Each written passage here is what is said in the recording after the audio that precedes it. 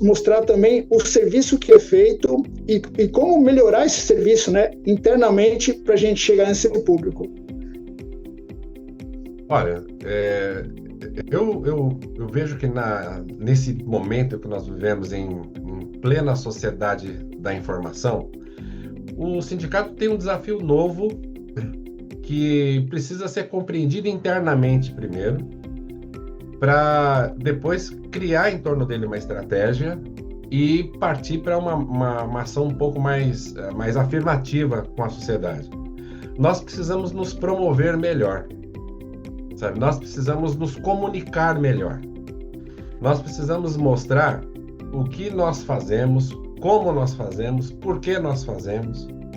Nós temos que ter uma capacidade de demonstrar que, enquanto categoria, enquanto segmento de trabalhadores, dentro de um contexto universal de país, a nossa importância, nós temos que reconhecer os nossos acertos e divulgá-los, nós temos que reconhecer os nossos erros e procurar aprimorá-los.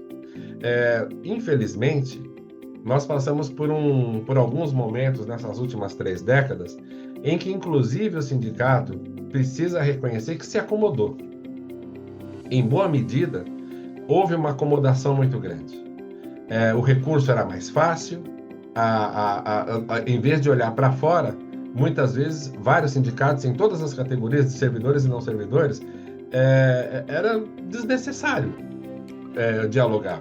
Hoje, esse diálogo é preciso e nós temos que entrar dentro desse ambiente onde as pessoas estão. Ou seja, as pessoas não vêm ao sindicato, o sindicato tem que ir às pessoas. Então nós temos que buscar um desenho correto de como nós vamos participar nas mídias sociais, como nós vamos participar dentro das redes, que tipo de comunicação nós queremos.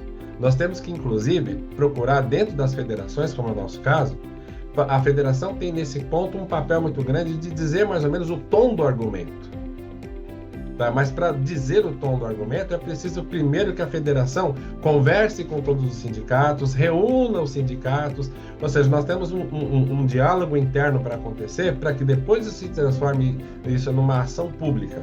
Mas eu acho que a solução para essa questão, ela foi iniciada já. Esse trabalho que nós estamos fazendo aqui é uma iniciativa nesse ponto, mas nós precisamos primeiro nos organizar internamente, reconhecer o nosso tempo, reconhecer a nossa realidade contemporânea, utilizar as ferramentas que estão disponíveis e, como disse o poeta, né? Você tem que ir aonde o povo está. Né? Hoje o povo está num outro lugar. Então nós precisamos nos aprimorar. Né? Nós precisamos aprender a falar essa língua. E não é fácil. Eu vou fazer um paralelo muito discreto e rápido. Eu sou professor faz já 26 anos. Eu estou há 26 anos em sala de aula. Eu digo a vocês que os últimos 3 anos, ou seja, o último ano da pandemia para cá, nunca foi tão desafiador quanto esses 3 últimos anos. Porque a pandemia criou uma realidade nova, a pandemia colocou as pessoas nas telas. E hoje nós estamos vivendo um momento muito difícil de sair de dentro das telas. Então, não dá para sair das telas. Nós temos que fazer uma coisa ética, nós temos que construir uma arquitetura ética que nos devolva a possibilidade de participar adequadamente, mas sem desprezar essa nova ferramenta. Então, esse é um trabalho difícil, é um trabalho árduo, né? E que as instituições de ensino estão sofrendo muito, e eu acho que elas vão sofrer menos que os sindicatos, porque as instituições de ensino não têm aquele arquétipo de desconstrução que o servidor público tem. Nós precisamos atuar nesse sentido. São 2 frentes para serem enfrentadas aí. Excelente. Doutor Bruno? Olha, depois dessa explanação, eu estou até sem palavras. Mas, de fato, essa situação ela é bem complexa. eu vou trazer um pouco essa reflexão para nós que somos do legislativo, né? E aí eu vou até puxar, estender essa reflexão um pouco mais além. Dentro da nossa realidade do legislativo, às vezes como a gente é um corpo um pouco menor, às vezes a gente acaba sendo até um pouco mais esquecido, porque a gente acaba tendo um pouco mais de dificuldade de organização justamente por sermos pequenos. E a gente vem de um histórico, né? Aí aqui eu não vou entrar nessa polarização que existe hoje entre a questão do se houve golpe ou se não houve golpe militar, que, né, tecnicamente a gente tem entendimento, mas a gente sabe que hoje essa discussão ela se polarizou a um ponto de que certa parcela da sociedade já não enxerga mais 64 como um golpe, né? Entende como uma revolução. O que é criticado até porque dentro dessa própria revolução, que inicialmente iniciou com uma situação dos civis, posteriormente você teve o civil jogado de lado para perpetuação do grupo militar no poder. Mas enfim, esse é um ponto.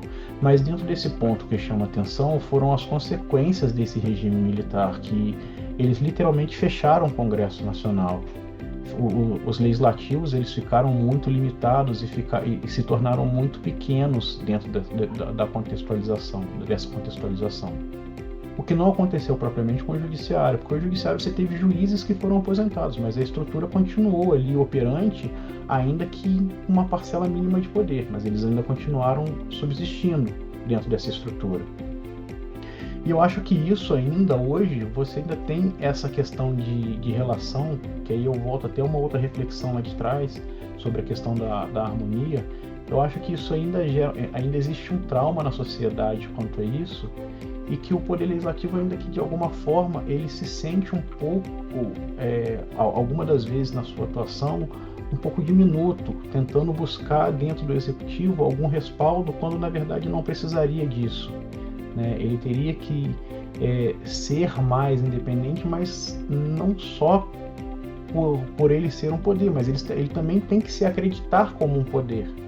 E isso reflete também dentro da sua estrutura, que é dentro do seu corpo de funcionários. Então eu acho que dentro dessa perspectiva é preciso até que os servidores em si, eles criem essa mentalidade de organização, para poder fazer reivindicação, a busca pela unidade. Obviamente que segmentos vão ter interesses distintos, mas existem entendimentos e interesses comuns que podem ser trabalhados de formas comuns. Então, essas questões dos sindicatos, associações, esses grupos associativos, eles exercem nesse papel essa mobilização, a busca por esse entendimento e por essa unidade é muito importante, principalmente hoje, dentro do Poder Legislativo. Muito bom, senhores, muito bom mesmo. Agora, o papo está muito bom, mas vamos para os finalmente. Então, eu gostaria de cada um dos senhores, começando pelo professor Marcos, tá? Aproveitando que nós estamos nessa comemoração do mês do trabalhador, da trabalhadora, eu queria que o senhor deixasse um recado aí para os servidores, né? Como o próprio senhor atentou aqui, que é o grande público nosso, o servidor público das câmaras municipais, por gentileza.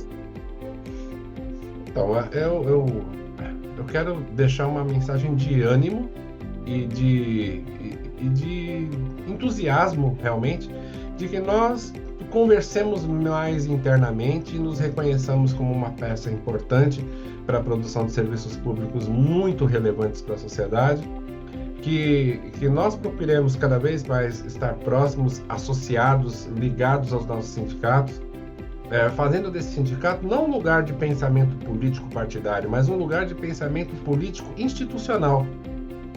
Fazer dos sindicatos um lugar de debate, criar dentro dos sindicatos um lugar de atalho entre nós e a sociedade. Nós precisamos de demonstrar, enquanto servidores do Legislativo, que não temos que ter constrangimento nenhum se a Câmara puder promover um reajuste e a Prefeitura não, lembrando o seguinte: cada um tem o seu orçamento, cada um tem a sua organização. Então, nós podemos, inclusive, demonstrar isso e não haver essa ideia de privilégio ou essa falsa sensação de privilégio que não pode existir. Nos reconhecermos dentro da nossa autonomia, dentro do Poder Legislativo, agirmos com responsabilidade, agirmos com responsabilidade, né? Muita responsabilidade, a fim de enfrentar o grande desafio, que eu acho que é falar a língua do nosso tempo. Nós temos que aprender a falar a língua do nosso tempo. A FENALEGES, ela me mostra por diversas razões que esse é um propósito, e é por isso que eu estou aqui. E eu fico muito feliz em ter podido participar desse diálogo tão rico com o Dr. Bruno, com o meu amigo Eduardo Carrion, e quero aqui me colocar à disposição de todos e mais uma vez agradecer a oportunidade dessa alegria de estar convivendo com vocês. Obrigado, professor. Agora, Dr. Bruno, seu recado aí para o público. Eu acho que eu vou seguir a mesma linha do professor Marcos e relembrar também aquela passagem do jurista alemão, do Otto Dierck, quando ele fala que o servidor público, na sua atuação, ele é a representação da administração pública. Então, hoje aqui nosso debate, que é dentro da FENALEGES, uma federação de âmbito legislativo, né, dos servidores do legislativo, cada servidor do legislativo, quando ele está na sua linha de atuação, seja na parte jurídica, fazendo seus pareceres jurídicos, seja na parte contábil, cuidando da administração financeira da casa, seja na secretaria, quando está atendendo ao público, todos esses servidores, eles são o poder legislativo na sua atuação, na raiz da sua atuação, no atendimento e proporcionando ao público um serviço digno, para melhor atender os anseios da população, porque quando a população chega numa casa legislativa, e aí eu vou até ampliar, né? Vamos colocar aqui num consultório médico, quando a pessoa vai lá no postinho de saúde, vai procurar um médico, né? Não é o Poder Executivo que também vai estar ali atendendo ela, o médico, ele é o Poder Executivo na atuação dele, na prestação de saúde para a população. E dentro da Casa Legislativa a mesma coisa, quando você tem uma reivindicação da população que não está sendo atendida nesse postinho de saúde, e a Câmara ela vai exercer o poder dela fiscalizatório da falta da prestação, né, que incumbe a ela, a tramitação, tudo dentro de tudo que vai acontecer dentro da Casa Legislativa para aquela pessoa que não teve o seu atendimento na base, ela vai ser do servidor público. Então, o servidor público, ela é a explanação do que o poder legislativo, ele o que ele pode oferecer para a população. Então, é justamente isso, é buscar todo trabalhador a sua dignidade enquanto servidor público, dentro da sua linha de atuação. Então, assim, valorize-se, busque, reivindique, associem-se, né? Busquem grupos, porque uma coisa é eu reivindicar sozinho, outra coisa é eu reivindicar com uma coletividade. Então é basicamente seguindo essa mesma linha do professor Marcos, um excelente mês aí do trabalhador para todos e parabéns principalmente por ser um servidor público, né? Por servir ao público. Servidor público, o próprio nome já diz, né? Ele está ali para servir. Muito bom, meus amigos, muito bom mesmo. Foi excelente o debate. Estamos encerrando agora. Agradecer a nossa audiência e que curtam esse momento de muitas ideias enriquecedoras. Obrigado, pessoal. Um abraço. Tchau, tchau.